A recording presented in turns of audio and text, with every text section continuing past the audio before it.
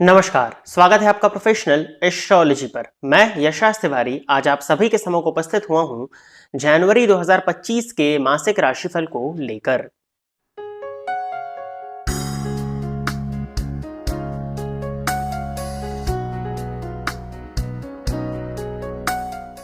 इस राशिफल के कार्यक्रम में हम चर्चा करने जा रहे हैं कि आपका ये मंथ कैसा होने वाला है, क्या लाभ और क्या हानि आपको इस मंथ में देखने को मिलने वाले हैं। साथ ही साथ आपका इस मंथ में करियर कैसा होगा, आपकी लव लाइफ कैसी होगी, आपकी मैरिड लाइफ कैसी होगी, यदि आप स्टूडेंट हैं तो आपकी लिए पढ़ाई की स्थिति इस मंथ में क्या रहने वाली है, आपका करियर और आपकी फाइनेंशियल कंडीशन इस मंथ में क्या होने वाली है। जैसा कि आप सभी दर्शक जानते हैं कि जो मासिक राशिफल का कार्यक्रम होता है वो ग्रहों के गोचर पर आधारित होता है।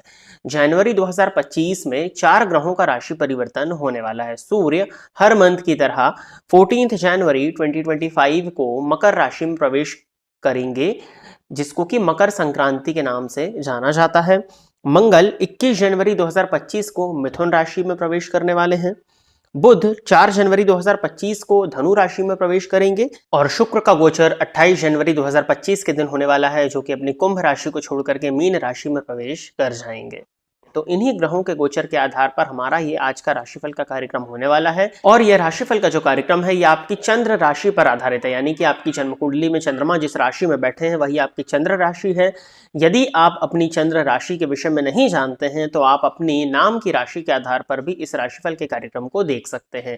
इसके साथ ही साथ एक सूचना आप सभी दर्शकों को और देनी थी। वीडियो के डिस्क्रिप्शन बॉक्स में वर्ष 2025 के वार्षिक राशिफल का भी प्लेलिस्ट दिया हुआ है, जिसकी एक्यूरेसी मुझे बताने की आवश्यकता नहीं है। जिन्होंने 2024 का राशिफल देखा होगा वो दर्शक जानते होंगे।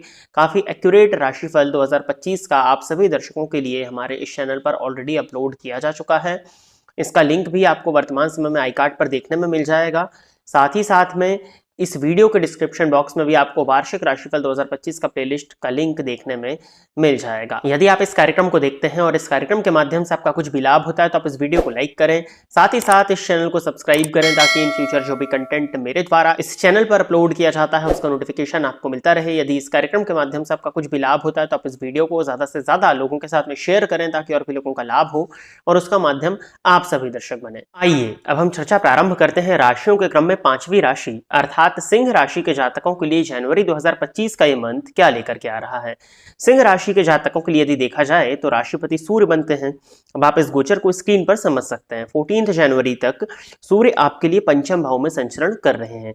राशिपति होकर के पंचम भाव में संचरण करने के चलते इस मंथ के फर्स्ट हाफ में आप देखेंगे कि आपको आपके बुद्धि का, आपके ज्ञान का, आपके स्किल्स का संपूर्ण लाभ देखने में मिल रहा है। कहीं ना कहीं आपको जो भी चीजें आपने सीखी हुई हैं या जो भी आपका ज्ञान है या जो भी स्किल्स आपने अभी तक अपने अंदर डेवलप की हुई हैं या जिस भी एजुकेशन को आपने अटेन किया है उन सभी का लाभ आपको इस मंथ के फर्स्ट हाफ में देखने में मिलने वाला है। वहीं अगर देखा जाए तो सूर्य चूंकि पंचम भाव में है और सूर्य एक अग्नि तत्व के प्लैनेट है और जहां बैठते हैं उस भाव को जलाने का कारण बनते हैं, तो कहीं ना कहीं आपके लव एंड रिलेशनशिप में उतार चढ़ाव की स्थिति जनवरी मंथ के फर्स्ट हाफ में देखने में मिल सकती है। हो सकता है कि आपका और आपके पार्टनर के बीच में, जिनके साथ में भी आप रिलेशनशिप में, किसी तरह की गलतफहमी या मिसअंडरस्टैंडिंग क्रिएट हो जाए। छोटी छोटी सी चीजों को लेकर के आपके और आपके पार्टनर के बीच में झगड़े इस मंथ में देखने में मिल सकते हैं। वहीं पे यदि आप की संतान है तो आप संतान के चाल चलन को लेकर के थोड़ा सा चिंतित हो सकते हैं। संतान के साथ में आपके मतभेद होते हुए दिखाई दे रहे हैं और ये भी देखने में आता है कि संतान को लेकर के किसी तरह की चिंता आपके मन में उत्पन्न हो जाए। वो फीमेल्स जो प्रेग्नेंट हैं उनके लिए इस मंथ का फर्स्ट हाफ थोड़ा सा अपनी एक्स्ट्रा केयर करने वाला है। कुछ हद तक आपको ध्यान देने की आवश्यकता होगी।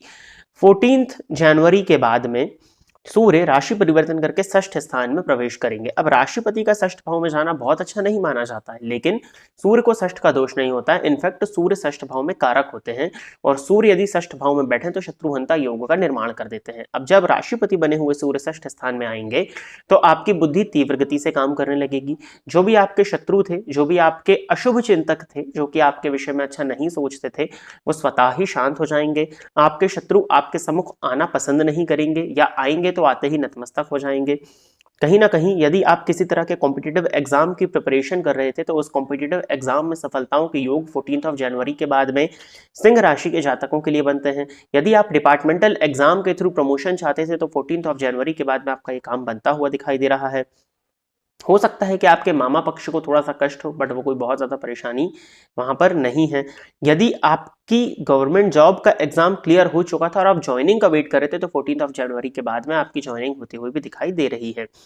बस कुछ हद तक इस मंथ के सेकंड हाफ में आपको हड्डियों में, जोड़ों में दर्द की शिकायत हो सकती है और पिता के साथ में आपके संबंध थोड़े खराब हो सकते हैं, जिसको आपको ध्यान देने की आवश्यकता होगी। इसके बाद में बुध की तरफ यदि हम चलते हैं, तो बुध आपके लिए मंथ की स्टार्टिंग में 4th हाउस में संचरण कर रहे हैं और 4 जनवरी के बाद में राशि परिवर्तन करके पंचम भाव में प्रवेश कर जाएंगे। तो बुध का जो गोचर होगा वो आपके लिए इस मंथ में काफी ज्यादा बेनिफिशियल होने वाला है।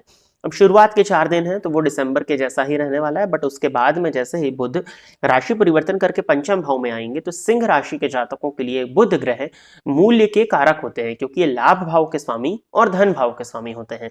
अब जब लाभेश और धनेश बने हुए सूर्य पंचम भाव में संचरण करेंगे, तो जो मैंने आपको कहा सूर्य के कारण आपको आपकी स्किल्स का फायदा मिलने वाला है, तो कहीं ना कहीं आपको आपके ज्ञान की वजह से धन का आगमन देखने में मिलने वाला है। आपके ज्ञान, आपकी बुद्धिमत्ता की वजह से, आपके नॉलेज की वजह से इनकम जनरेट होती हुई इस मंथ में दिखाई दे रही है। यदि आप शेयर मार्केट इत्यादि में इन्वेस्ट करते हैं, तो 4 जनवरी के बाद में आपको अच्छी मात्रा में इन्वेस्ट करना चाहिए, क्योंकि 4 जनवरी के बाद में सिंह राशि के जातकों के लिए शेयर मार्केट से बड़े धन का आगमन होता हुआ दिखाई दे रहा है।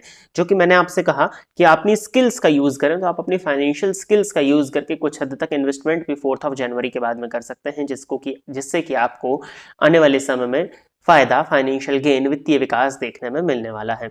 वाणी भाव के स्वामी बने हुए बुध जब पंचम भाव में संचरण करेंगे, तो इस मंथ में आप इस तरह से बोलेंगे कि आपकी वाणी से ज्ञान प्रदर्शित होगा, एक तरह से भाषण कला योग का निर्माण होगा और जो भी चीजों को आप बोलेंगे, लोग आपके द्वारा कही गई बात को बहुत ध्यान से सुनेंगे और उसके चलते आपको मान सम्मान की प्राप्ति भी होने वाली है। कहीं ना कहीं बुध का गोचर पंचम भाव में बैंकिंग के फील्ड के विद्यार्थियों के लिए, अकाउंटेंसी के फील्ड के विद्यार्थियों के लिए, मैनेजमेंट फील्ड के विद्यार्थियों के लिए बहुत अच्छा होता हुआ दिखाई दे रहा है। लव एंड रिलेशनशिप में यदि किसी तरह की परेशानी थी, तो वो 14 जनवरी के बाद में काफी हद तक कंट्रोल में आती हुई दिखाई दे रही है और आपके प्रेमी के साथ में आपका अच्छा संबंध 4 जनवरी और 14 जनवरी के बाद में बनता हुआ दिखाई दे रहा है। शुक्र आपके लिए सप्तम भाव में ही पूरे मंथ संचरण करने वाले हैं। ये मंथ के एंडिंग में 28 जनवरी को राशि परिवर्तन करके 8th हाउस में जाएंगे। अब लास्ट के 2-3 दिनों की चर्चा करने का कोई तुक नहीं बनता है। मेनली शुक्र को आप समझ लीजिए कि सप्तम भाव में ही वो संचरण करने वाले हैं। इसके बाद में जब हम फरवरी का राशिफल करेंगे, तो उसमें अष्टम के शुक्र की चर्चा कर लेंगे। वैसे तो अगर आप पुरुष हैं, तो कहीं ना कहीं आपकी मैरिड लाइफ में सप्तम भावस्थ शुक्र कुछ हद तक परेशानियों को क्रिएट कर सकते हैं।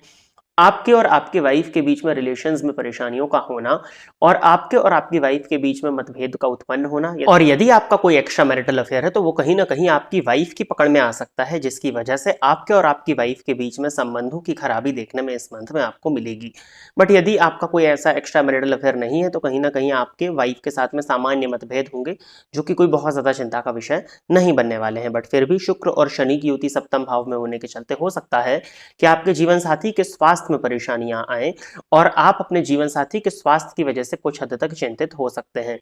यदि आपको शुगर से संबंधित परेशानी रहती है या आपके स्पाउस को शुगर से संबंधित परेशानी है, आप लोगों का शुगर यदि बॉर्डर लाइन पर रहता है, तो आप दोनों को ही इस मंथ में अपने शुगर इनटेक पर बहुत ज़्यादा नियंत्रण लगा करके रखना चाहिए, क्योंकि यदि ये स्थितियां बिगड़ती हैं, तो ये बॉर्डर लाइन आपका शुगर या आपके स्पाउस का शुगर का बॉर्डर लाइन क्रॉस कर सकता है। और यदि आप लोग ऑलरेडी डायबिटिक हैं या आप में से कोई भी एक पर्सन ऑलरेडी डायबिटिक है, तो अपने शुगर इनटेक का बहुत ज़्यादा ध्यान देने की ज़रूरत है। ज़रूरत पड़े तो डॉक्टर से जाकर के अवश्य ही मिल लीजिएगा। इसके बाद में शुक्र का गोचर कर्मेश और पराक्रमेश बनकर के सप्तम भाव में होगा, तो कहीं ना कहीं आपको आपके व्यापार में वृद्धि, आपके व्यापार में ग्रोथ ही देखने में मिलने वाली है। आपके द्वारा किए गए एफर्ट्स से आपको धन का लाभ देखने में मिलेगा। जो आपके कॉन्टेक्ट्स हैं, यदि आप अपने बिजनेस को सोशल मीडिया के थ्रू प्रमोट कराना चाह रहे थे, तो ये मंथ आपके लिए काफी फेवरेबल है। आपको कदम आगे बढ़ा देना चाहिए। आपका पुरुषार्थ, आपकी मेहनत आपके व्यापार में जुड़ने वाली है, जिसके चलते आपको व्यापार में बड़ी मात्रा में धन का लाभ, या व्यापार को आप विदेश से जोड़ करके अंतर्राष्ट्रीय लेवल पर यदि अपने व्यापार को ले जाना चाह रहे थे, तो उसके लिए ये मंथ काफी सपोर्ट आपको देने वाला दिखाई देता है। शुक्र की दृष्टि लग्न पर पड़ेगी, तो ये आपके व्यक्तित्व को भव्य बनाएगी। आपके व्यक्तित्व में सुंदरता उत्पन्न होगी। कहीं ना कहीं आप अपने लुक्स पर बहुत ज्यादा ध्यान देंगे। अपने लुक्स को एनहांस करने के लिए आप इस मंथ में एफर्ट्स करते हुए दिखाई दे रहे हैं। और शुक्र की दृष्टि ओवरऑल अगर आपके लग्न पर होगी, तो ये आपके व्यक्तित्व को बहुत खूबसूरत बना देगी। लोग आपसे जुड़ना चाहेंगे, क्योंकि बुध पंचम में बैठ करके आपकी वाणी को प्रभावशाली बना रहे हैं, और शुक्र जहां पर बैठते हैं उससे आगे वाले भाव को भी बल देते हैं।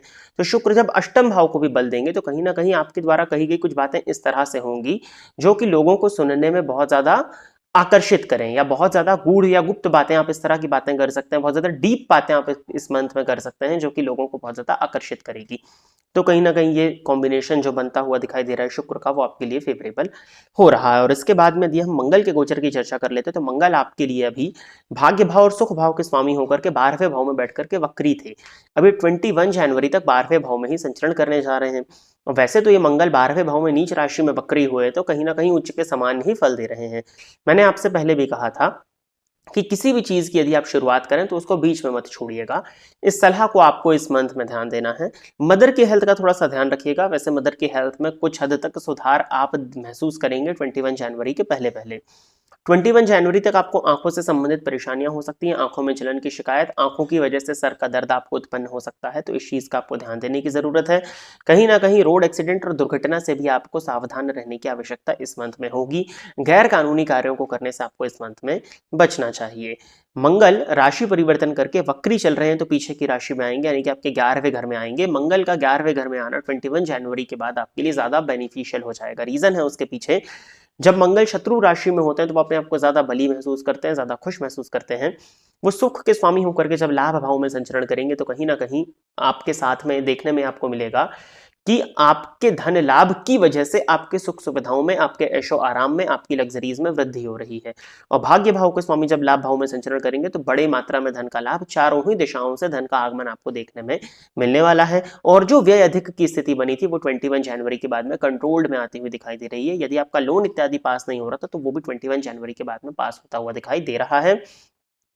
उधार देने से आपको बचना चाहिए, नहीं तो वो दिया हुआ पैसा आपका वापस नहीं आ पाएगा। उपाय के तौर पर आपको हनुमान जी की आराधना करनी चाहिए, साथ ही साथ देवी मंदिर में जाकर के देवी का दर्शन करना और शुक्रवार के शुक्रवार दुर्गा चालीसा का पाठ करना आपके लिए इस मंथ में काफी बेनिफिशियल मैं देखता हूँ। साथ ही साथ में आपको वर्ष 2025 का राशिफल भी सुन लेना चाहिए और उसमें जो उपाय मेरे द्वारा बताए गए हैं उन उपायों को इस मंथ से ही आपको करना प्रारंभ कर देना चाहिए। तो प्रिय दर्शकों, ये था सिंह राशि के जातकों के लिए जनवरी 2025 का राशिफल। आशा करता हूं कि सिंह राशि के जातक मेरे द्वारा बताए गए इस राशिफल के कार्यक्रम से संतुष्ट होंगे। यदि आप इस कार्यक्रम को देखते हैं और इस कार्यक्रम के माध्यम से आपका कुछ भी लाभ होता है तो आप इस वीडियो को लाइक करें, साथ ही साथ इस चैनल को सब्सक्राइब करें ताकि इन फ्यूचर जो भी कंटेंट मेरे द्वारा इस चैनल पर अपलोड किया जाता है उसका नोटिफिकेशन आपको मिलता रहे। यदि इस कार्यक्रम के माध्यम से आपका कुछ भी लाभ होता है तो आप इस वीडियो को ज्यादा से ज्यादा लोगों के साथ में शेयर करें ताकि और भी लोगों का लाभ और उसका माध्यम आप सभी दर्शक बने। आज के इस कार्यक्रम में बस इतना ही रखते हैं। नमस्कार।